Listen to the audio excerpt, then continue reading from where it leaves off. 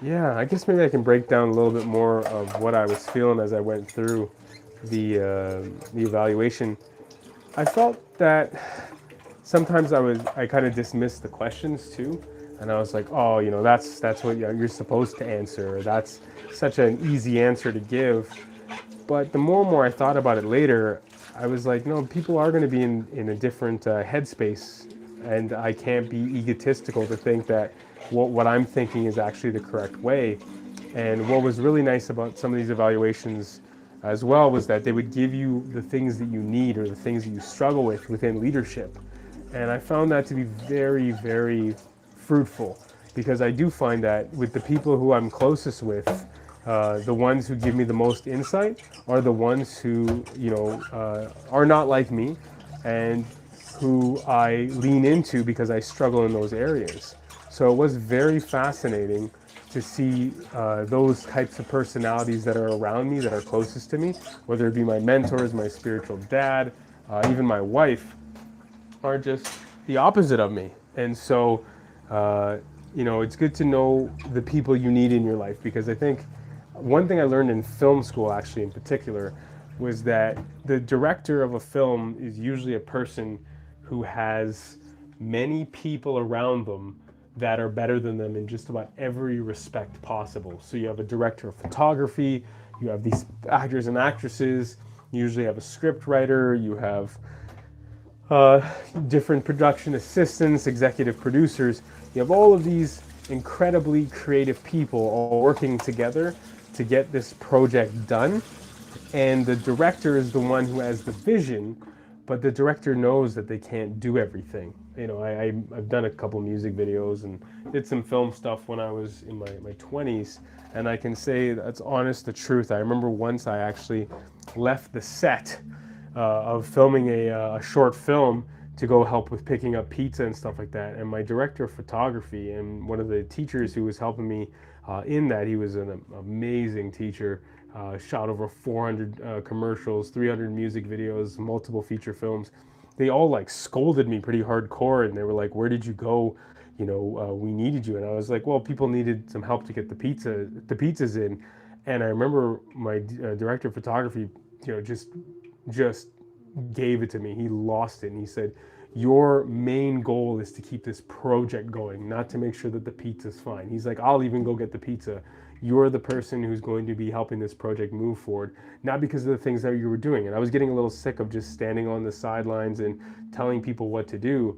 But there is a certain amount of, servant leadership, which you do, but that's usually done in the pre-production. That's done in the behind the scenes. They say in film that it's like 70% is pre-production. That's like scripting and storyboarding and front facing, and blocking and facing, and doing all of the nuance work. But in the actual filming of stuff, it's only 5%, maybe 10% of the entire project. You have to be on your game. You have to go, go, go. And all of the time that you're a servant leader, it pays off if you're doing it correctly because everyone trusts you. Everyone is willing to go to bat for you because you took the time when you had the time to go into the trenches with them, understand what they're going through. And then the last 20% is usually editing and, reproducing, and then, getting advancements for the film, or, doing the showcases. And then you can again show your servant leadership. So there's a time and place to really step up and lead, like, as a head pastor or whoever, if you're a speaker, as much as you want to make sure the coffee's good and the staff is doing well and everything, you got to go up and preach. So just reminding myself to be in the trenches with people, but at times also be aware that I need to just focus in on a specific job. That has been a good 20 something years of learning that lesson. Even though it keeps coming up, I tend to forget it. So I'm trying to get better at that and to do the servant leadership in the background and to do it in the one-on-ones. But when it's game time, I have to be forthwith. I have to drive towards that goal. Oh, I got a case of the dry mouth all of a sudden. Good thing the fridge is right here. So Yeah, I remember actually, even I just ran an event. It was a large men's event at my church, and my mentor kept saying to me, "You cannot leave, and if anything, we don't even want you to do anything the day of the production."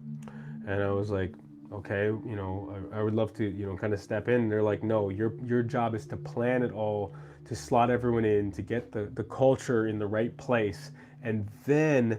If anything goes wrong the day of, like seriously wrong, you've planned it so well that you can just step right into it. And I thought to myself, that is very, very clutch advice.